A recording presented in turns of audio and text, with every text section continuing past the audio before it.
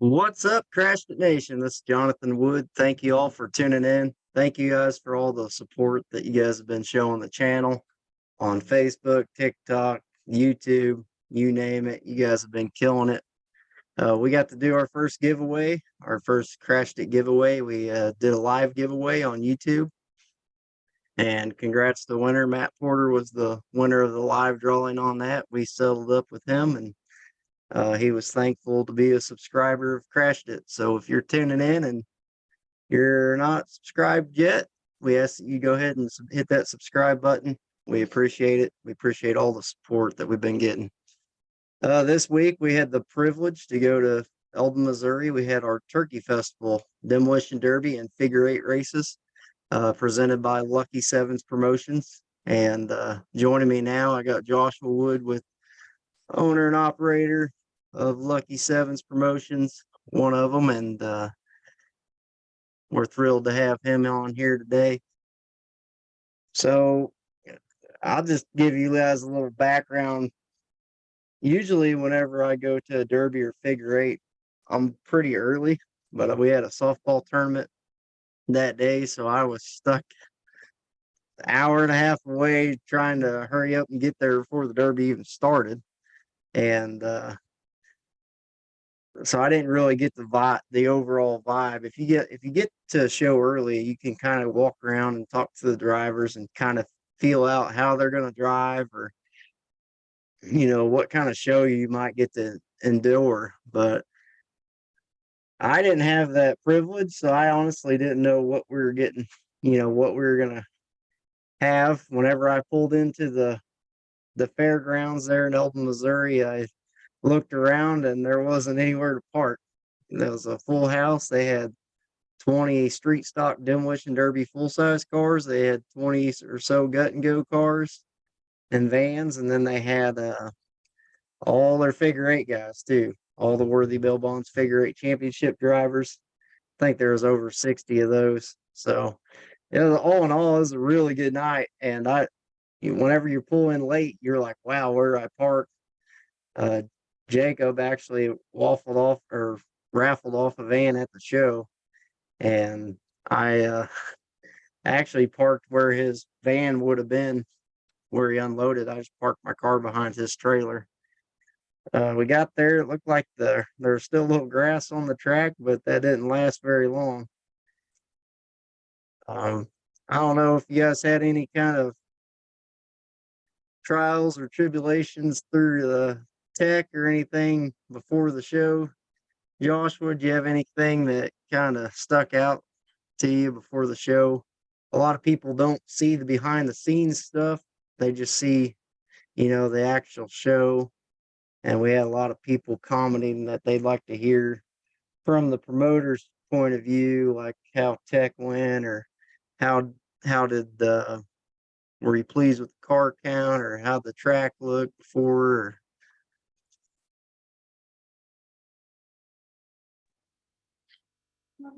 Yeah. No, I was excited about seeing all the cars. And, whenever we're anytime we're at at the end of our season, it seems like, guys start getting burned out. Our guys, they start getting burned out, especially, they have to be at all of the shows. So, it's just, I think we had 100. Oh, it was like 100, over 110 cars or something like that we had to get through tech. But, full size tech is always the biggest endeavor, I think. And Tommy just kind of steamrolled it. He's got a good system. He kind of is a one-man band, but whenever I was over there in full-size tech, it was going smooth. He always, it's unlikely that you're going to pass through tech with the stick the first time. So there's always that, but it's respectful. But no, we were just sitting around. We've had a bunch of problems with the Eldon track, and the week of Eldon Fair seemed like the fair board and Ray's Lawn and Landscaping, we had Chance Simpson out there grading the track like for a full week straight before Eldon. And then, you know, or at least they thought they had it all packed in. And then I think it rained the night before, the day of, and the track kind of went to shit again. So we were kind of joking when we were setting up our transponder system. We're like, well, they tried the work the track for a week straight theory, and that didn't work out. So they must have just tried we'll just let it sit for 6 months and not even touch it. So yeah, there was weeds out there, and it actually seemed to work that way. The track held up better than I think it's ever have. Joshua Craig said, in his honest opinion, the track held up great.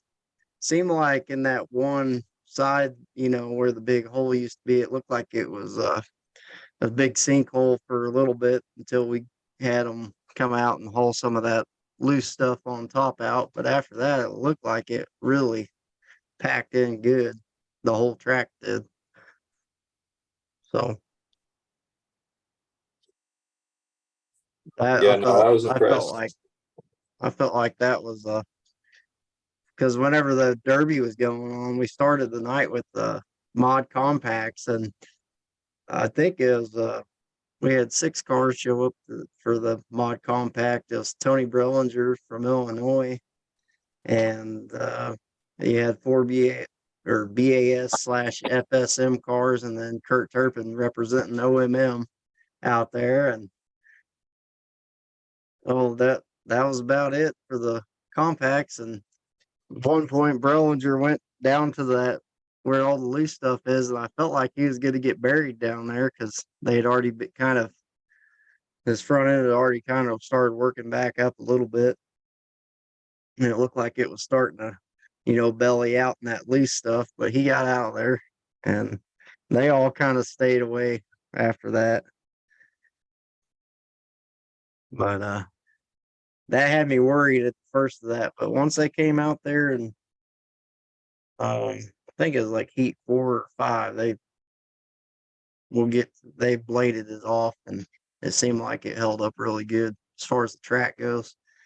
Shout out to the crowd, everybody that showed up. It was a big week for Eldon, Missouri. They had a big modified street stock race out at the Lake Ozark Speedway, and from what we hear, that was a packed house as well. So it was a big week for Eldon.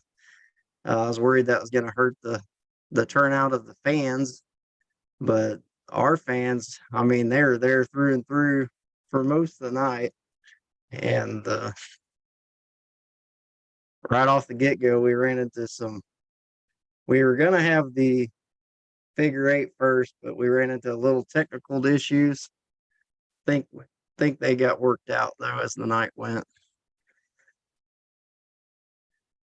I know anytime I show up to a show late, I feel like I'm all unorganized and just not as prepared as I normally am. So I felt like I was just scrambling on the announcing end myself all night, trying to figure out who the extra sponsors were. And I know we had a couple sponsors show up, give some extra money to some places and stuff. And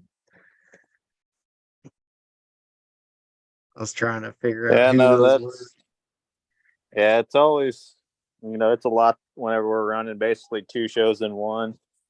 Yeah, we did run into some issues. I think we just had a bad Ethernet cable. That rain last weekend must have did us in, so we had some troubles, throughout the heats and stuff, but we got it figured out.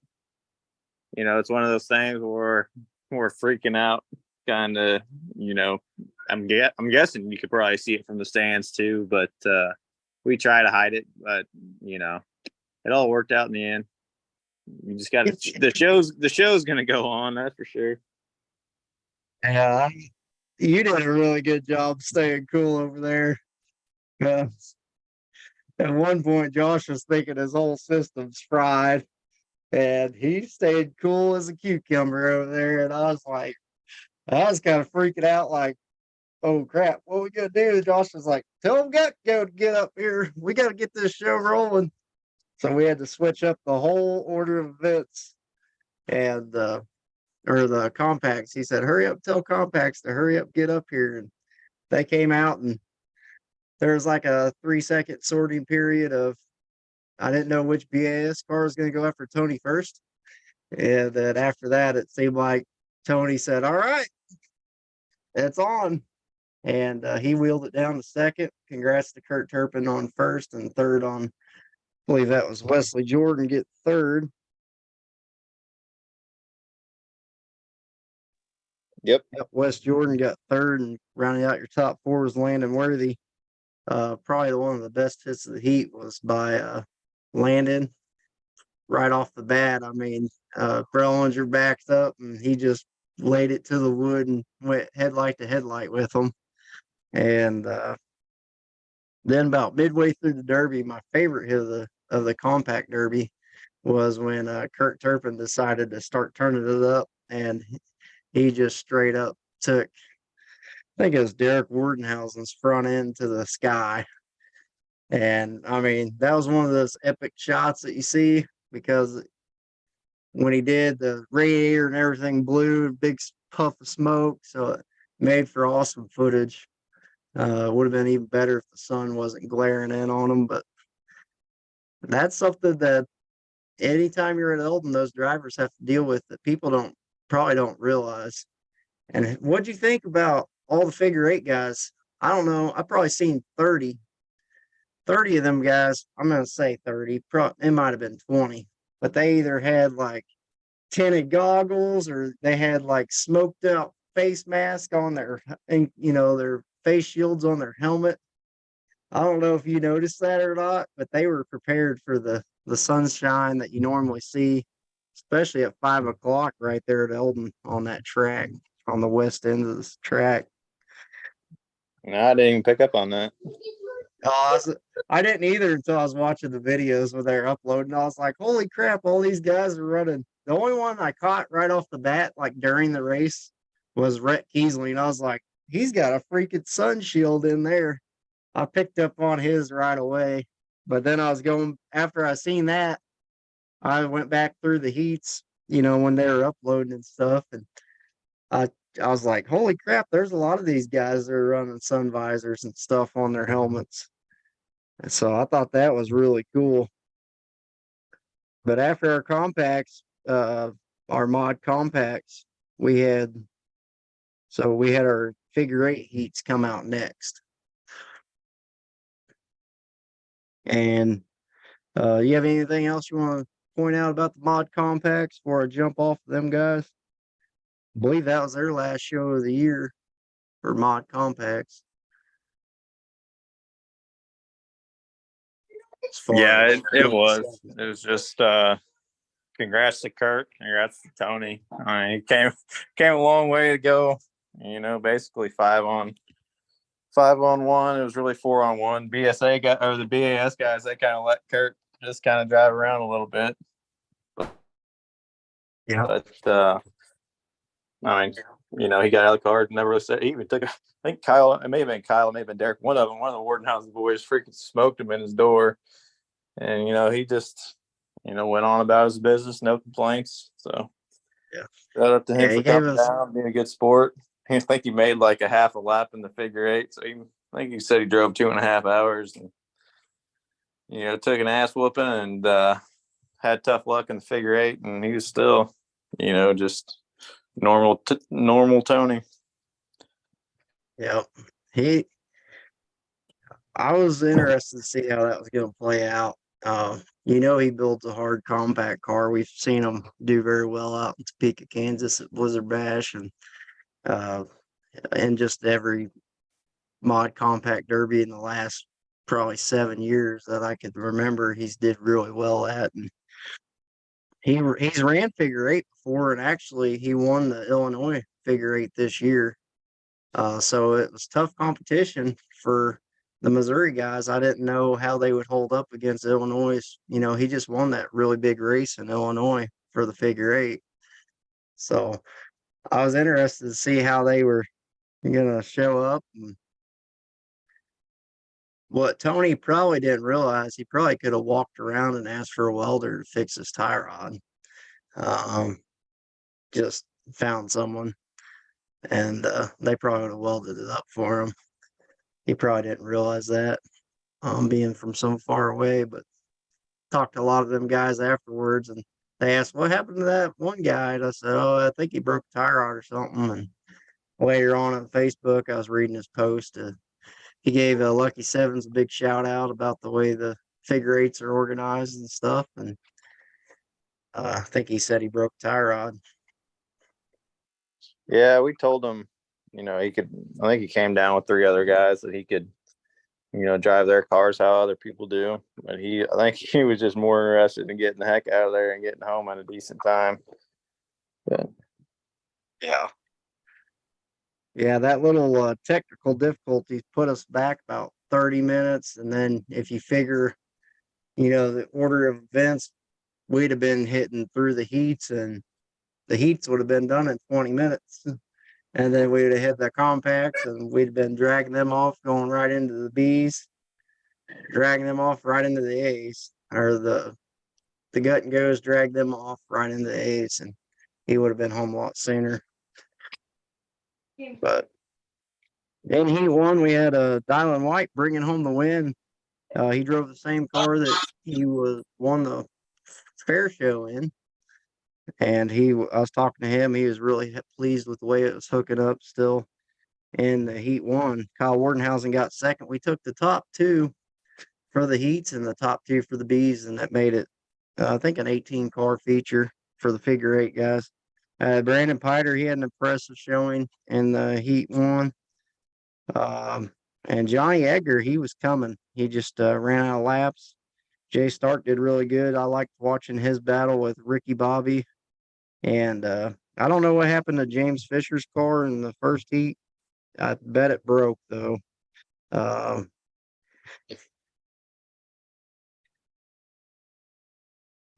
okay. Jake Timbrook said he had a tie rod, but he didn't have an axle. And he was running a not so common car, so that's probably what happened there. But for Tony. But that was a really good heat. Cody Skerlock, is nice to see him and Jace Bertoni out there. They were both cars we normally don't see. And that John Bush, he was from Illinois. He came down with Tony. He got 8th place, and seemed like once he got in the groove of it, he just couldn't catch. He couldn't gain any ground on them.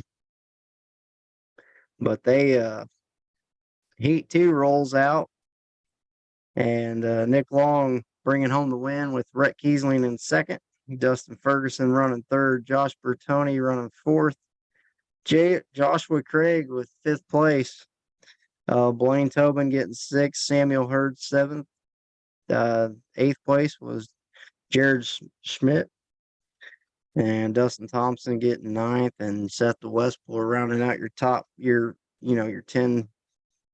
And Heat 2, Nick Long and Rhett. Pretty much after Josh Bertoni was leading for a little bit, and he kind of got caught up in the center. And after that happened, it looked like Nick and Rhett found the low line that in that one corner that was like the corner without the transponders. It was holing out pretty bad because of all the loose dirt. It wasn't packed down, and they were the ones to find the line. Blaine Tobin led most of Heat 2, but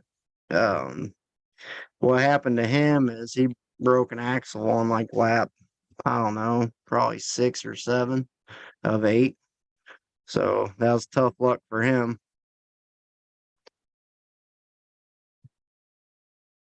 Heat 3 come out. My kids are fighting in the background.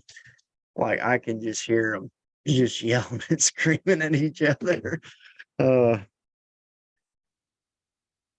I might have to mute this here in a second, but Heat 3 comes out. Dylan Chilton coming right back. He had some tough luck at California. He comes right back up and wins Heat 3. And he seemed like he was on rails. Him and Jake Timbrook had a side-by-side battle going. They had a really good race going in Heat 3. Justin Quincy coming in 3rd, Jared Snurch in 4th. I talked to Justin. He said, yep, I'm changing my tires up. talked to him at McDonald's right after the race. He got stuck behind me because they had the insides locked up. And so we started Snapchatting a little back and forth. And he's got plans to make a tire change for Versailles, and we'll see how that goes. But Kenneth Witt, he was running pretty good. He got fifth. Misty Thompson gets sixth. What? He was one spot out of that transfer in this heat and his Conti. Justin Quincy was. He got third in both. Yeah. Yep. I told him, I said, you're a set of tires away from being in the A. And he said, I know, I've already got plans. And Zach Jewell, is nice seeing him out there. We haven't seen much of him on the track, as I've seen him a lot, outside of the figure eight world, but he's got a busy schedule like I do with all his kids and sports and stuff. But it was nice to see him back on the track. Andrew Rolfing making the trip down from Union. He had some tough luck coming in there, and Dylan White, he made about a quarter of a lap broken axle on that car that he kind of got in a derby with last week at California. So that brought out heat number 4, and Jordan Piter bringing home the win in heat 4. James Fisher coming in second. So funny thing is, I didn't even know it was James. He had his transponders, the same that were on there the week before, and his brother was driving, Alan. And I said, I announced Alan Fisher got second. He come up there after the heat and said, Alan's in Texas. So he said, them are my points, and that's my transfer spot. And yeah, it's hard to pick a tire style. Joshua Craig, a lot of people are trying different things, and the one thing I'm gonna say, I kind of getting off subject here, but the one thing I'm gonna say about tire style is or trying different tires, is they perform different from heat to feature too. When the track's more tacky, I feel like the non V treads do better on a tacky track, and the V treads are doing better whenever the track's not so good, or like an agricultural tire. So yeah, that's a tough time to try a new tire when half the track's one way and the other half's the other. Kind of reminds me of those motocross events where you have to run like motorcycle tires or dirt bike tires, but you run half on asphalt and half on dirt. That's kind of how the track reminded me of, because you had a real packed down side to the track, and then the other side of the track was like a mud hole, and you're trying to go through it for the heats. But shout out to Johnny Edgar and Nathan Dummermuth. They got third and fourth just outside of transfer. That was a really good heat to watch. A lot of fast cars in it. Otho Fowler, he did a pretty good job, and David Gerling actually impressed me in this heat as well. Hans Anderson picked up a rider this week and gave a fan of the sport, or let him have the opportunity to ride with him. And shout out to him, because he didn't even know the guy, and he's just like, yeah, you can ride with me. That's introducing new people to the sport each and every week, and that's what it's all about. The way this one started, though, Josh Womack, he was in this heat. He started right on the front row. The way he took the first half a lap, I thought he was just going to dominate, because he took off like crazy. He had that Honda singing, and then he got to the second corner. I don't know what happened there, but it was not good. Heat 5. Heat 5 came out, 8 up of Jeremiah Bertoni. It's that long car. He does really good in the heats, probably because it weighs a little more, and the track hasn't quite yet set in. But he was hard to beat, and he he got caught up in traffic and passed 4 cars in one lap just to get back to the front. You could tell he kind of laid off after that. But when he was really pushing that car, he was really trying. Matt Youngmeyer gets second. Dylan Cardwell coming in third. Beth Anderson got fourth in that one, and it was nice to see Willard Wirtz out there and Hayden Forcinetti. Clinton Hartley got seventh, and there was a battle towards the end of that one. And Josh Powers got eighth, and Landon Dow got ninth. So he had like a fuel. He thought he was leaking fuel or something, but he had a big fuel spill. He overfilled his car, so he just pulled off the track. Talked to him a little bit afterwards just to get the lowdown on why he pulled off the track. Heat 6, Garrett Jones, he was flying, and this is for sure when the track was already bladed. They went through with skid loaders and scraped all the loose stuff off the top of the corners, and it really seemed to do the track well. A lot of people said that's the best figure eight the track has ever been in recent memory, for sure, since they've made it new and improved. They've lengthened the track, widened the track, up the facility there at Eldon, and they've been doing a lot of work on that track the last 2 years, and it was really good to hear a lot of drivers coming up and saying, you know what, that rework where they worked in all the clay is really starting to pay dividends, and the track was really starting to hold up. But Tracy Snurich, she surprised me in this one. She was out there battling toe to toe with Garrett Jones, Tracy Snurich, and Landon. Them three were battling.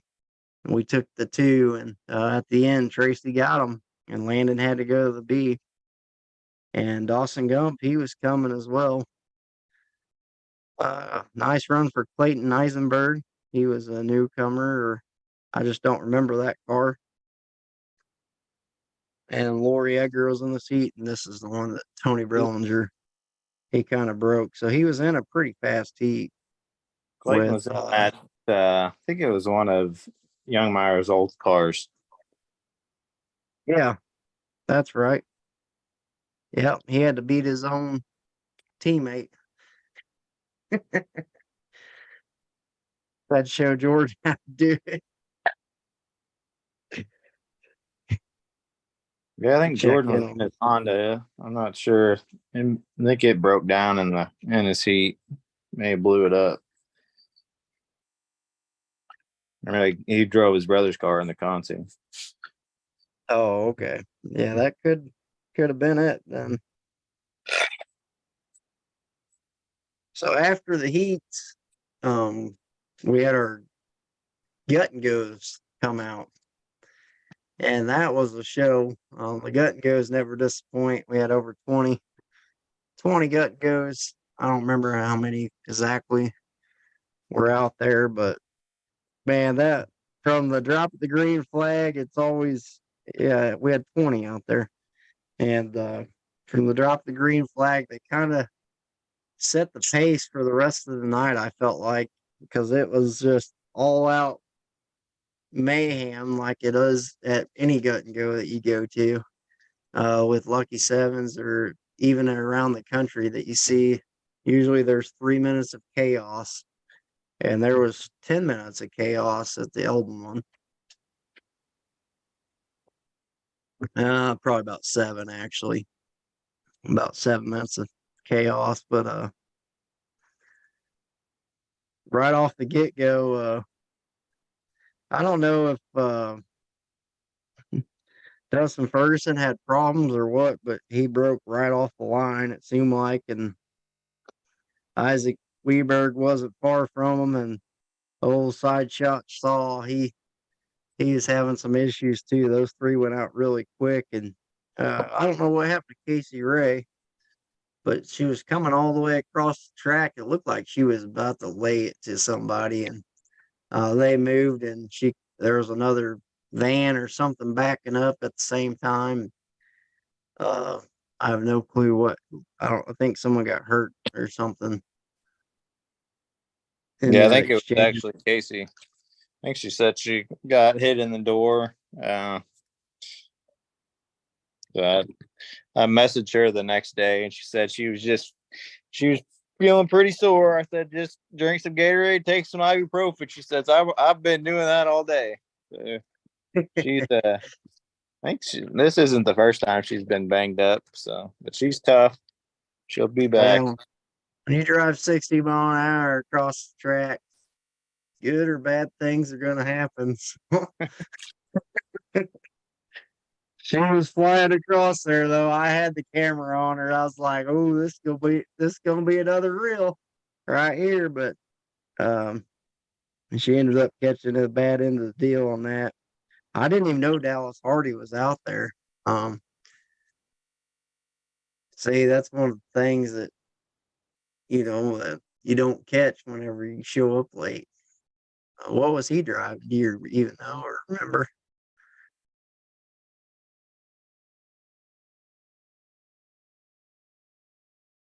Nope, I don't remember. No,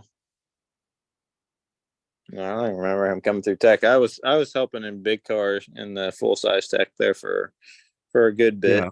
So, Well, Hunter Farmer, he showed up in a sedan style vehicle, and he kind of got sandwiched between two cars.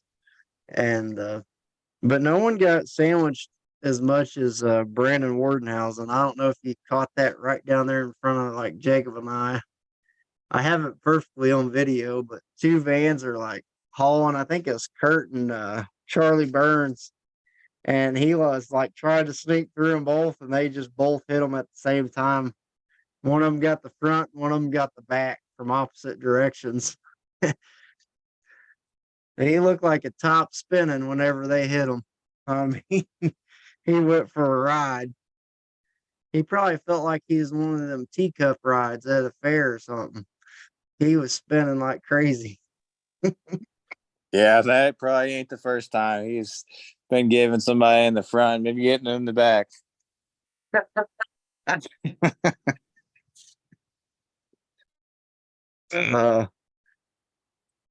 Congrats to I gotta talk about Kurt first. Dennis Nichols won the raffle van. He did pretty good in that. He got it down to 11th place and seemed like he had a good solid run going. He just took a shot that put him out. Looked like he left his front end open for something bad to happen, and it did. So, but Kurt Turpin, I don't know if you've seen the reel I made. Probably the fastest I've ever seen a tail light eject from a vehicle. I just was recording this van over here in the corner, and I just hear an engine coming at Mach 10, and it comes flying by me, and it's Kurt, and he just parks. I mean, he 45s the back of parks it right in the pillar of this van, and he hit that van so hard it spun, and I think it did it spun half a turn almost, and it had cars around it. That's how hard he hit them. Videos don't do justice sometimes, but that was a good shot. Did you see that reel yet? The taillight one. Oh yeah, you're killing it with those things. Yeah, Kurt was laying down a couple good shots. I think he knew that van was, it'd be tough to win in that thing, and it may have been he lost a radiator or something, but the hammer definitely came out sooner than he probably would have liked it to. But my Mad Dog pick. Yeah, we had a bunch of close Mad Dog votes. I don't think we had any unanimous Mad Dogs. I'm not sure if that's a good thing or a bad thing, but yeah, he had some votes for sure. Well, when everybody's showing up and putting on a show, it's a good thing. The crowd loves it. I love it as someone that gets to post videos, and the people that follow this channel or all the reels I make, they sure enjoy it too. Just on reels this week, we've had over 400,000 views between them all, and I just couldn't believe that number when I seen it. But that's a shout out and a testament to the drivers that are showing up at these shows, and they're from the drop the green flag just going crazy, and that's you that the pace of the derbies that we've been getting, it's very refreshing, not only as a part of Lucky Sevens, but as a part of Crashed It too, and as a fan of the sport. I mean, you look up there at the crowd in those videos, and they're on their feet. And anytime you get crowd getting on their feet and stuff, you're doing something right. So, Brenton ran it down to 8th. Tyler Ray got 7th. Charlie Burns got 6th, and the Mad Dog. Austin White ran it down to 5th in that car. He's always up there towards the front. He's a driver to watch for when in the gut and go class. He seems to stay out of everybody's way and drive really smart. Brandon Piter, he did the same thing. He got it down to 4th. I don't know. I forgot to ask him what took him out. Garrett Ferguson got down to 3rd. Brandon Wardenhausen, sorry, got 2nd, and then Tom Wardenhausen in the OMG van got 1st.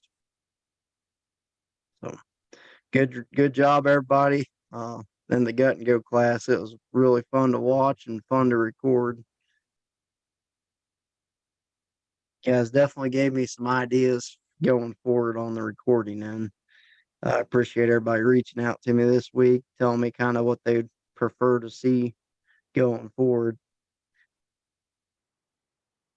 Well, that set the stage for our B mains to come out in the figure 8, and they got wild. Blaine Tobin winning the first one, with Seth Westmore getting the second transfer spot over Joshua Craig. That was a good battle for that second and final transfer spot. And man, Blaine, he seemed like he's starting to work the kinks out of that car. Whenever they came out there in the B's, that thing was just on rails. And I think it's a testament to his hard work that he puts in on the shop, and see it transfer over the track. It's tough for the 420J of Joshua Craig, because he was right there, but just didn't make it to the transfer spot. And them guys are always sending me Snapchats of all the work they're putting in on their cars, and they have their own little TikTok channel now, IMR Racing, that shows some of the stuff they're doing in the shop. For anyone that likes that kind of stuff, go check them out. But yeah, the B's, I felt like the B's were really interesting to watch, just because you could look at anywhere in the track, and the track was starting to come into form, and they had just battles going on each and every. It seemed like every position through the track there was battles going on, and the track was racy, and we had cars that were breaking down right in the center, so they were like zigzagging through them, really showing off their responsiveness and driving through the center sections.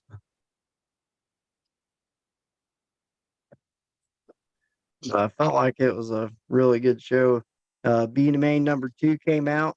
Johnny Egger punching his ticket in the 10E car, winning that one. Nathan Dummermuth coming in second. I think he was running his back the blue car or whatever. I'm pretty sure that's what he was running in that one. I think we got the numbers wrong on that, but I think he drove his 10J car. Nathan Dummermuth getting second, and Justin Quincy, like you mentioned earlier, barely missing the transfer spot there, getting third. But Jonathan and Nate, they showed their veteran selves, coming out and putting on a show and just bringing home first and second in that one. And then B main number 3 came, and we had some action in this one, to say the least. So Worthy was leading it, and I think it was the white flag lap, or coming to the white flag maybe. Landon and and were battling, and Landon just pushed them clear up to the wall and kind of held them there for a second. And I don't know if those two, if Landon was just trying to take them out so he could win or what was going on there. But Lori Edgar ended up winning that one. Landon came in second, and third was Landon Dow. It sounded like those two had to go over there in the pits and talk a few things over. That's just what I heard. But that D3 is interesting to watch for sure. Yeah, I don't know if Landon thought he was battling for a position, but he was actually a lap down. So, but he was in third. So maybe he just thought this is my only chance to make it. I got to take second place out. But yeah, I know it's the end of the season. Things get testy. I guess part of it, I guess. Yeah. Like the old Adam Sandler, the water boy. It's the last game of the season. Can't hold anything back there, Ron, or whatever. Yeah. We definitely hear that at the championship show every year. It's the last race of the season. I'm not going to hold nothing back, and got all winter to work on this thing. But that set the stage for our A mains. But before we had our A main, we had our Super Stock Demolition Derby come out. And we had 19 or 20 of them guys show up, and yeah, I think 19 or 20. But Hayden White, I got real excited. So like I said before, I didn't know what kind of derby we were gonna see.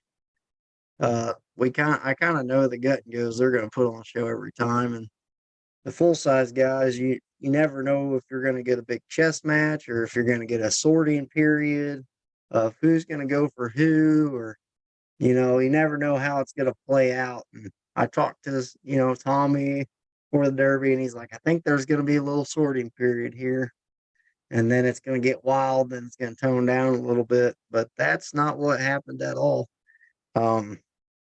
I got excited when Michael White pulls in. He backs it. He knows it's out. Justin Quincy pulls in. He knows it's out. Hayden White pulls us in. He knows it's out. Henry Ray pulls in. He knows it's out. And it just, everybody's nosed out except for two of the cars.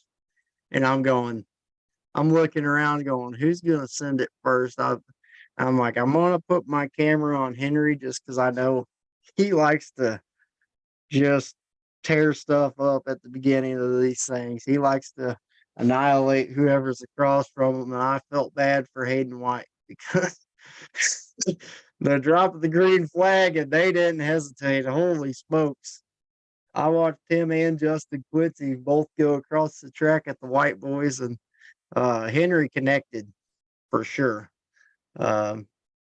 Michael was able to steer his way out of this, and I was thinking, man, they're trying to make a Mad Dog hit on him again because Micah sponsors this class with JM Derby products. We had him on the Crashed It podcast earlier in the year, and he was telling us that would really suck, and then it happened to him at Eldon already once. And I was like, man, these guys are gonna be gunning for it again. And I don't know what his Mad Dog prize was for this show, but holy crap, it had to be something good. Yeah, he gave away steering box, wheel centers, taco plates, some fix-it plates. I want to say there was one other thing, but yeah, the switch box was super nice. It's like $500 worth of stuff, $600 worth of stuff. It's freaking awesome. Yeah, them guys turned it up to a whole new level. I had a generator running by me because we forgot to mention thank you to the Piters. We were having problems not only with the Ethernet cord, but we were having problems with the power at the track in the box that we were using to run all of our stuff over there. It kept cutting out, and that's just one of the many struggles that we had to endure. But thank goodness for the Piter bunch. They brought a generator over there that it was running right next to me, and you couldn't hear it at any time during that video. I mean, I was standing right on top of it pretty much, and you couldn't even hear it in my video because they were letting them engines scream. But man, right off the bat, Henry does that, and then Rob and Teddy start picking on Henry, and next thing I know, you hear I'm coming across the track, and I look over, and here comes Tyler, parks right in the back of Rob Hewer, and I was like, oh, it's on now, and it was.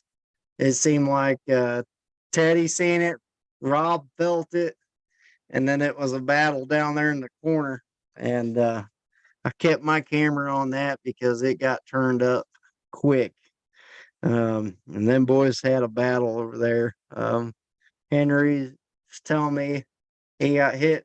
I mean, you could see it clearly. I don't know who hit him. I think it was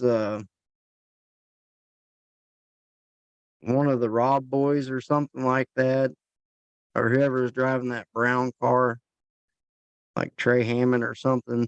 But they hit him over there against the wall pretty good, and you see him give him a thumbs up, and I think that's probably what knocked us. I mean, it rocked his world a little bit, and he said he got hit so hard his positive battery cable come flying off his battery, and that was no good there. So, but shout out to one of my favorite drivers on the night was that Stephen Hayhurst, that number 11 car. That guy was putting on a show. I don't know if he was running with Rob, Eddie, or Teddy, but he sure put up a fight against them. I don't think he was running with them. He was like the odd man out, and he got it all the way down to second. But that Malachi Ray, he put on a good show too. I was kind of trying to keep a tally for my Mad Dog vote, and he was putting up a good fight in that number 52 car. Mason Robb, he ended up 9th place. He made my highlight reel pretty much. He started at one end of the track and went way across the arena and you seen him adjust in the slow motion. I didn't see him adjust like he did in the slow motion, and he put on a heck of a shot on Teddy P. And I thought that was just wild. And then right after that, Rob followed him in, and man, I was trying to bend down and announce at the same time, and he come flying across there, and Rob did, and I'm glad I caught it because he put on a whopping on Mason. But Jeff Robb, he practically burnt his down trying to, he was trying to hang in there. I think that was an 03 and up car. I'm not sure though. Don't quote me. I'm still not that best at the picking out the types of the cars for the full size yet. Obviously, Rob was in a caddy and stuff, but still learning that as I get further and further along on this journey and talking to these guys and learning more about the full size cars, which I get really interested in. But man, that was a battle to the end from the start to the finish. Kudos to each and every one of you drivers that showed up because you guys put on a show. I'm eating breakfast the next morning, and people are coming up to me like, dude, that was the best full-size derby I've seen in Elton in a long, long time. And I said, yeah, it was wild. I mean, them guys were laying it down on the line. The video's on YouTube for anyone that's listening to this on Spotify. Go check out Crashed at YouTube. I put it right at the top. Street Stocks. awesome show to watch. I mean, them guys, I love recording derbies like this. And I wish I had more cameras out there that night because I would have used every angle I could have. And it just gave me ideas for stuff to bring next year. I don't know. It looked like David Shaw broke steering. I don't know what happened to a lot of these cars. I hadn't had a chance to. Eddie Chick, I mean, heck, his bumper was 5 foot off the ground, his front bumper. He's actually the picture I used on that. I took a picture of it while I was recording. Eddie Chick getting third place, Teddy P getting fourth, Stephen Ahurst getting second, Rob Hewer with the win, and the Mad Dog drove a heck of a derby. And, you know, them guys driving Blizzard Bash and stuff like that, the biggest derbies that, you know, that you can think of, they've been in them. And after them derbies, you see them guys get out exhausted, like at the big shows. And I was watching all these full-size drivers get out of their cars, and they had to work for it. They were exhausted. Them guys were driving 40 minutes straight, but they were driving hard. Their minds were going. There is a physical sport out there. They're taking shots. I mean, just standing right back on the throttle. I can't say enough about this class and about the whole night. Although we were having problem after problem and the show didn't go as smooth as we wanted it to, the feedback that we're getting is that it was an awesome show, and a lot of people didn't even realize half the crap that we were dealing with behind the scenes or on the side of the track. I know a lot of people realized we didn't have power because I couldn't even announce names or nothing like that when I was trying to. Our system kept going down because power kept breaking out on us. But I talked to the Eldon Fair board and they're already fixing it, so that won't be an issue going forward. It was just a time where the box just went bad at the very beginning of the derby, and there's nothing we could do about it. But congrats to everybody that showed up and drove, and I know there's a lot of junk on the track. I hope you guys pull it down and bring it to Lake Ozark here in about 2 weeks. I can't wait. I hope for another show like that. You talk to a bunch of people, there's going to be a packed house out there, and I hope we get a similar amount of cars or just a similar quality of show, because that was just that derby right there was awesome to watch. I can't say it enough times. So then we had to deal with, we love the full size derbies, but it takes us a while to get the track cleared, and that just because of the way the facilities are set up, and that's a conversation that we also had with ways to improve the facility there in Eldon, so we can, improve the way we put on a show there, and way the cars get pulled off, and in a timely manner there. So we lost a little of our crowd after the Super Sock, after the Derby, but we had an A main there, and the A main for the figure eight did not disappoint. It, once it got going, Garrett Jones bringing home the win. Probably the best the last 4 laps I've seen anyone have.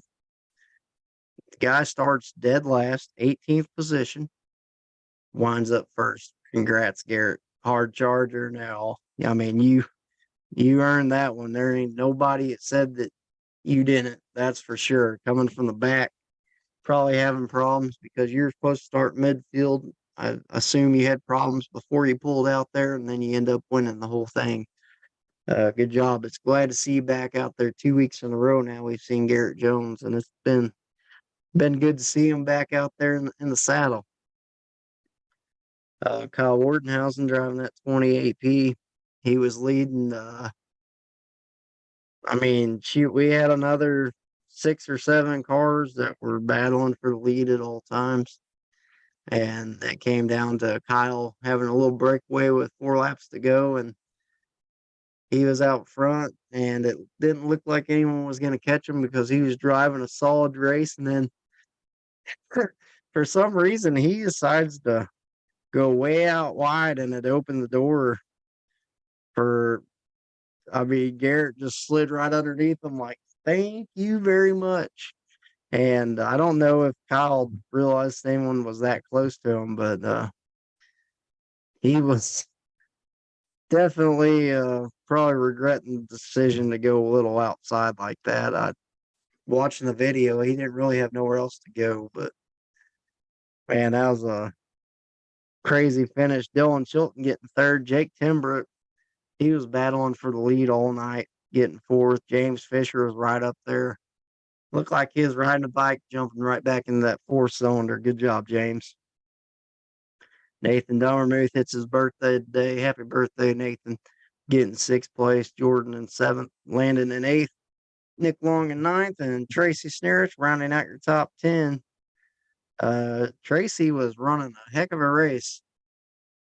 I think it was probably, she was fighting for the lead for like 12 laps. I don't remember what happened to her, but she was fighting for the lead. I mean, she was right there. And that's 2 weeks in a row she's been right there. I don't know what they've done to that car, but they figured something out. You guys better watch that 4TT this weekend. She's doing a little benefit right now on Facebook. Her whole car is in honor of breast cancer awareness, and it's Breast Cancer Awareness Month right now. And Tracy Snurch is doing something on Facebook. You can donate to 2 people that she's been in contact with that are fighting a good fight right now. And for anyone that goes through that situation, it's rough on you. It's rough on the family. There's just so much in fighting cancer that involves that no one ever knows until they go through it.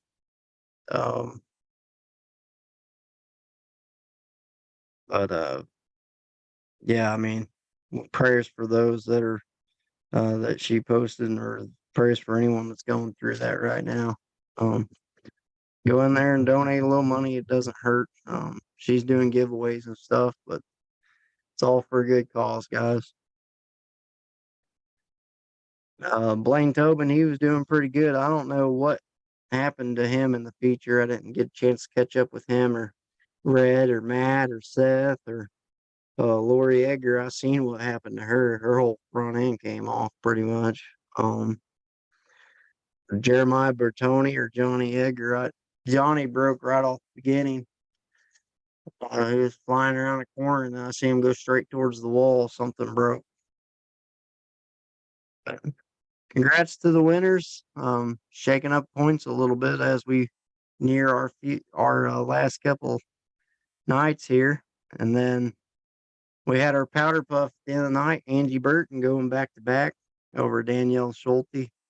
Alexis Ferguson was winning most of the race, and something broke on her car, and she had to pull off to the side, and Angie come up and won it. Looks like Danielle Schulte. It looks like to me, it doesn't look like your e-brake's working. I know you posted something on Facebook earlier in the week. You're trying to figure out why your car wasn't turning very good. And if you go back and watch the videos I post going through the corners, your back wheels are not locking up. So that would be my guess, is something to do with your e-brake, if you're even pulling it. But congrats to all the winners. It was a great show. We appreciate all the fans that came out there. I can't say how thankful I am for all the drivers that showed up.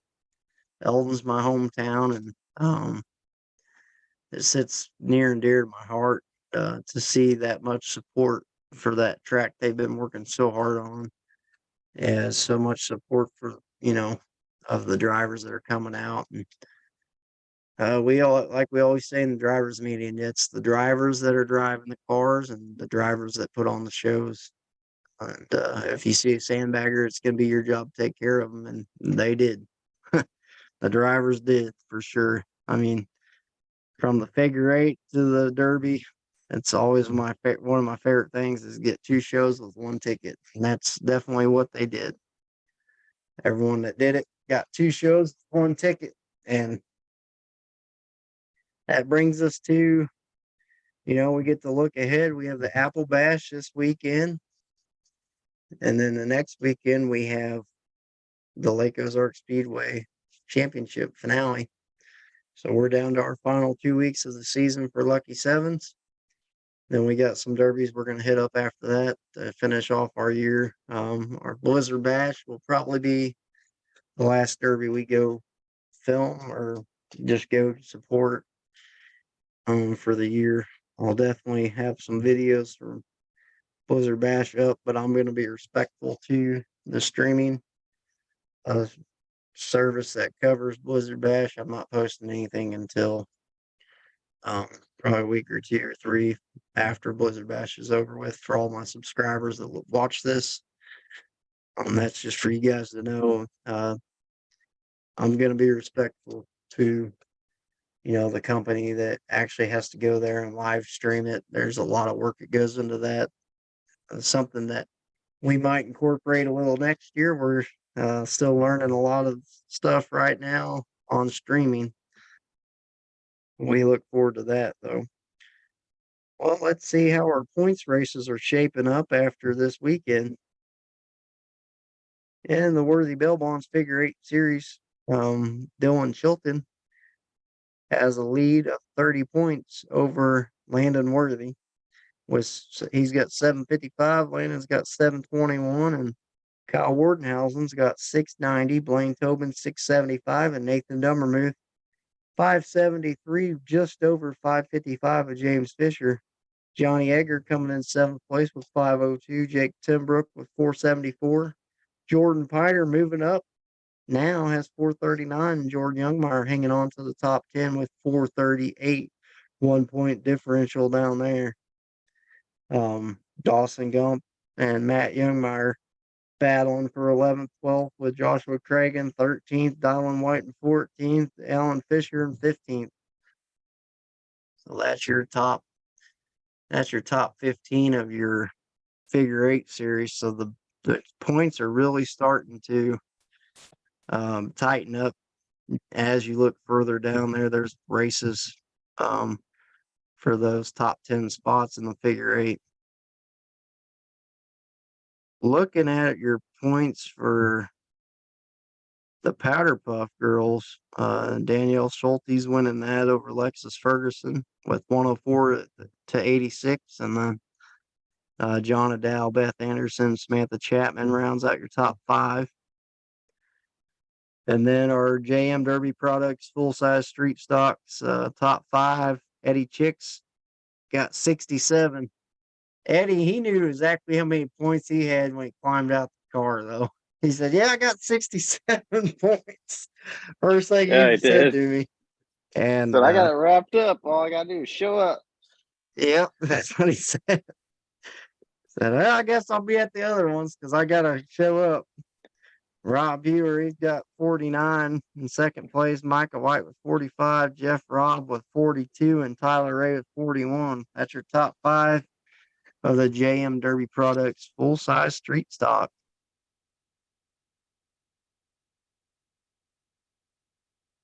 On the JM Derby Products full-size stock class, we have Henry Ray winning with 70, Tyler Ray with 58, Chris McDaniel 53, David Shaw 36, and Jake Reed 25. The stock class will have a chance to add on to that total this week. We have our Apple Bash, and the stock class will be in action at the Apple Bash, as well as the Figure 8 and the Gut Go. So that'll be something to look out for, see who shows up to that. We got a battle going on for the full-size overall championship. First place is Tyler Ray right now with 105, followed by Christopher McDaniel with 93, and Henry Ray with 88, David Shaw with 81, and Eddie Chick getting 67. So with just his street stock stuff. So yeah, that's a battle that's shaping up, and that could change in so many different ways with these two shows coming up. You know, there's so many different ways that points battle could go. One of them guys could have a good run, win it. That's 25 points to him. I think that's how you do it. Yep. Yeah. If they win and get Mad Dogs, 27. Yeah. That could change. There's a lot riding on these last two shows. Yeah, it's still anyone's game. I mean, Chris and Tyler, they both got a chance. I think Henry and even David Shaw, you know, so it's a 4-man race, but you know, there's a lot that can change. I know Chris and Henry and Tyler, or Chris and Tyler for sure have been putting in the work, you know, chasing after it. So it'll be good. It'll be good. I think both are definitely deserving. Well, really, all 4 are. So we'll see how it goes. We talk about in the figure 8 how there's a lot of luck involved all the time, but it's, you know, it's the same way in Derby. Well, and Brandon Thompson winning your gut and go top 5, followed by or Brandon Wardenhausen. I don't know why I keep saying Thompson. Probably because he keeps messaging me or whatever. But Brandon Wardenhausen with 103. Tom Wardenhausen with 93. Kurt Turpin with 62. Brenton, Total Sharp. Is in 3rd with 69. Austin White's in 5th with 52. But in your compact weld, it looks like Landon is going to be your champ in that division with 78 points. Congrats to him. Wesley Jordan got 64. Kyle Wardenhausen coming in 3rd with 54. Derek Wardenhausen 46, and Brady Smith with 37. But in your AAA compacts, foam compacts overall, this is going to be interesting. I'm guessing we're going to see Wesley Jordan in a gut and go this weekend. Because he's winning the points right now for the compact guys with 105. Brennan Wardenhausen's with 103, and then Tom Wardenhausen's with 93. So that's like a 3-man race right there. And Kurt Turpin and Landon Worthy rounding out your top 5. Seems like those top 3, they're probably going to be gunning for the points championship, it looks like. But I mean, with the way the points are, them two could get knocked out real quick, and you could see Kurt or Landon jump up there even. Both of them have really good runs. Oh yeah. We'll have to see how the rest of that points race goes for them all. Yeah, I think it's closer than I thought it would be. So it'll be fun watching these guys, you know, try to navigate how they're going to deal with it. You know, these next 2 shows, are they gonna go after each other, or do you think they're just gonna kind of stay away, and whoever can have the 2 best derbies or string the derbies together? It'll be interesting to see what route they take. I think we'll start seeing some people go after each other. In my opinion, I feel like we'll definitely see it in the gut and go class, but the full size, it could be they've kind of been doing it all year. They just who runs the best derby. And that's kind of what it's been boiling down to with the full size guys. You haven't seen anyone like pick each other out, but we seen it at Eldon earlier in the year that Wes isn't scared to, you know, if he's got to take somebody out, he's going to try his best to do it, and he'll tell them up front. So we'll know. We'll probably know before it even happens. I don't know. I don't know if Wes has got that in him. I think everybody knows where they're at in points, and if they go after each other, who cares? It's no hard feelings. They're in competition to try to win a championship, and at that point, you gotta do what you gotta do to win it. So I think either way they'll be able to respect each other at the end of the day. Either way however it goes. So, oh yeah. yeah, we see it every year in the figure eight. It seems like the last night of the year, whoever's winning and whoever's in second, it seems like you might get to see a team show of who can get their guy to victory the best, just to seal the deal on that win. And who knows, we might see it in the demo derby. They might bring some friends that do all their work for them. Who knows? We don't know. We'll just have to wait and see.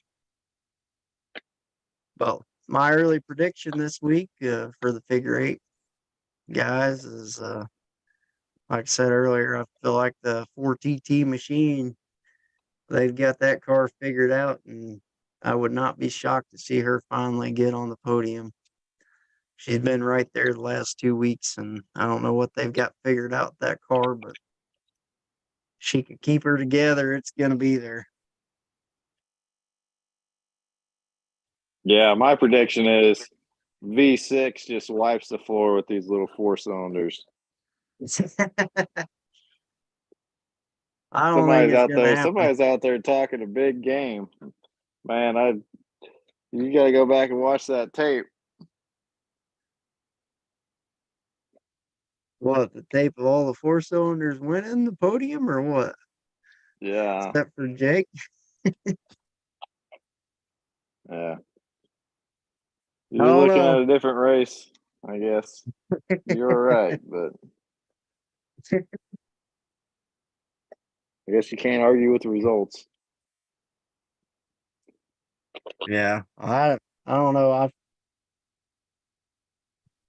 It could happen. I wouldn't be surprised. It seems like the V6 cars do good at Versailles. I know every time I've taken a V6 to Versailles, it seemed like it did pretty good. So, yep, you might be right there. Might be. Going back to the water boy, I'll be like his girlfriend. It's going to be 24/6, baby. Calling it. Calling it. 24/18, whatever. How'd you come with that? That's what it's going to be. But, yep. There's all kinds of stuff going on. I know they usually do a car show. Have you had any requests this week about what time drivers should plan on showing up? Yeah, that's why a couple of people picked up on it, but we had originally scheduled it for 5 or 6. I think it was 5, kind of like the last weekend, and they asked they're like, we need to move it back because of that dang car show. So that's where they're at. I think they want, that car show, I think it ends at 5, or they plan on moving cars out at 4:30 or 5. So no rush to get there. Once you get there, we'll get you all checked in and stuff. So anytime after 5 is what I'd recommend. All right, everybody, you heard it. I figured that we were going to see a post out, so I figured I know some people been asking probably about it, so I wanted to squash that while we could. Yeah. If you guys awesome. ever have any questions about what time event starts and stuff, Crashed It's the place to go. You just message the Crashed It page. They'll he'll get you on what time the event starts and where to go to buy passes and stuff. He's great for all that. Because I have to respond within an hour now. So. Yep, I'll respond to whoever messages me. I might have to do some digging to find out, but I'll get back to you. I was There's just already joking, about but if 30 you want people to that take on that, you can take on that, buddy. well, there's already 30 people or so that do. That's why I'm like always asking, how much does it get in to get in? Because I've got people messaging me that. But I've That's seen Lake awesome. Ozark Speedway dropped all their information. We'll talk about that next week. Oh yeah, yeah. That sounds like it's gonna be a good time. I like that And video we're they right did. down the road from Jacobs. I think he's talking about like he's having an open bar at his house after the show down in his garage. He's gonna have like an after party to the after party. He's buying all the drivers like a couple kegs and stuff. So Yeah, he'll have all the doors grounded. All you have to do is come weld them up. Oh, Blizzard no, Bash yeah, star. he's talked about he's buying all kinds of. He's having one hell of a party there. Don't have to work on anything. It's just right Yeah, down the road too. yeah.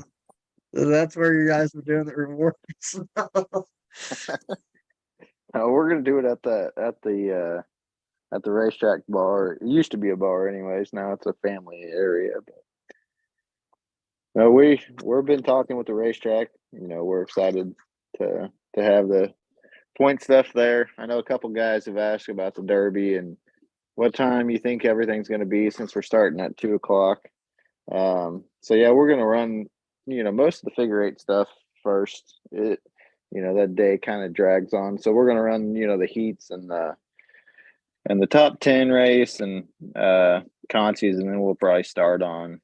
You know, kind of putting in a few like the gut and go and the youth derby and stuff in between there, and then we'll move on to the gut and go and the super stock derbies at the end of the night. So just for those planning, trying to plan what times they want to be there. Joshua Craig asked if he could have a sneak peek how the championship night, how the speedway is going to be set up. Like, where you guys going to have the figure eight and stuff? Front stretch. Yeah. I didn't know if you want to tell him now, but yep. It's on the front stretch. It's going to be awesome.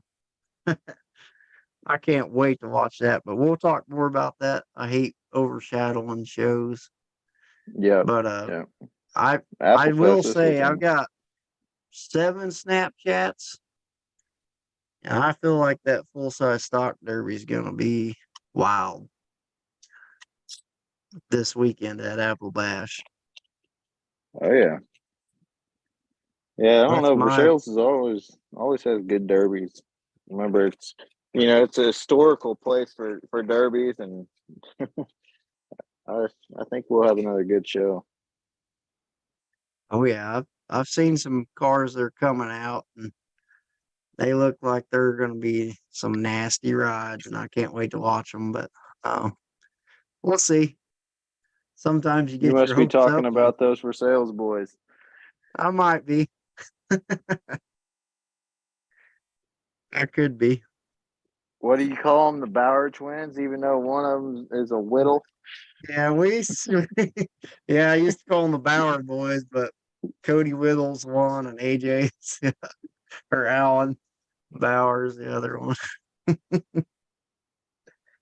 We figured that out. Yeah, they got a kick out of that, or AJ did at least. He was down at Richland. He said, "Yep, I just laugh every time I hear you call us the Bauer boys," because Cody's just over there shaking his head. No, they're We all look good forward to sports seeing about it. everybody on Saturday night. It's going to be a good show. Shows at 7 p.m. Bring out your families. It's going to be a good night of action. Yeah, what I'm looking forward to is can Chilton seal the deal? I think he pulled out ahead, so that'll be the thing I think most people are watching for is can the golden child get it done? Golden child. Easy money. That's easy money, golden child. He'll be like Muhammad he's, Ali with all these rings. yeah, he's like Tons of nicknames. yeah. I heard someone call him Jeff Gordon. He said some guy called him. He's like, I heard him the other day. I was at the figure eight and I announced the 0-2 and I think it was at California or something. I was like walking off because I had to go to the bathroom or something, and he was like pulling off the track, and they said, yeah, that 0-2, he's like Jeff Gordon. He's got some fans and then he's got some haters, but he always seems to do good. So Oh, I that's got a kick funny. out of that. Jeff Gordon, he used to drive the old rainbow car. That fits right in with Chilton.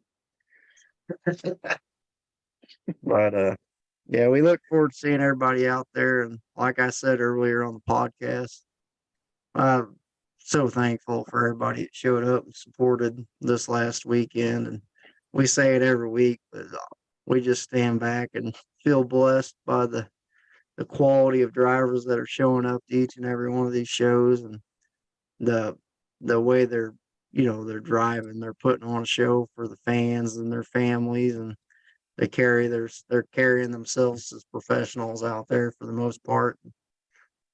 Can't ask for anything more than that. But thanks everybody for tuning in. The Crashed It podcast. It's been a awesome week, and we'll see who makes the reel this week from Versailles. If you plan on driving hard in the Derby, let me know. I will keep an eye on you or the camera on you. So that's going to be an awesome weekend. We'll see everybody out there. And that's going to do it for another episode on the Crashed It podcast. We thank everybody that's been tuning in live with us on YouTube, and special thanks to those that keep sharing our stuff and just keep helping this page grow and this channel grow.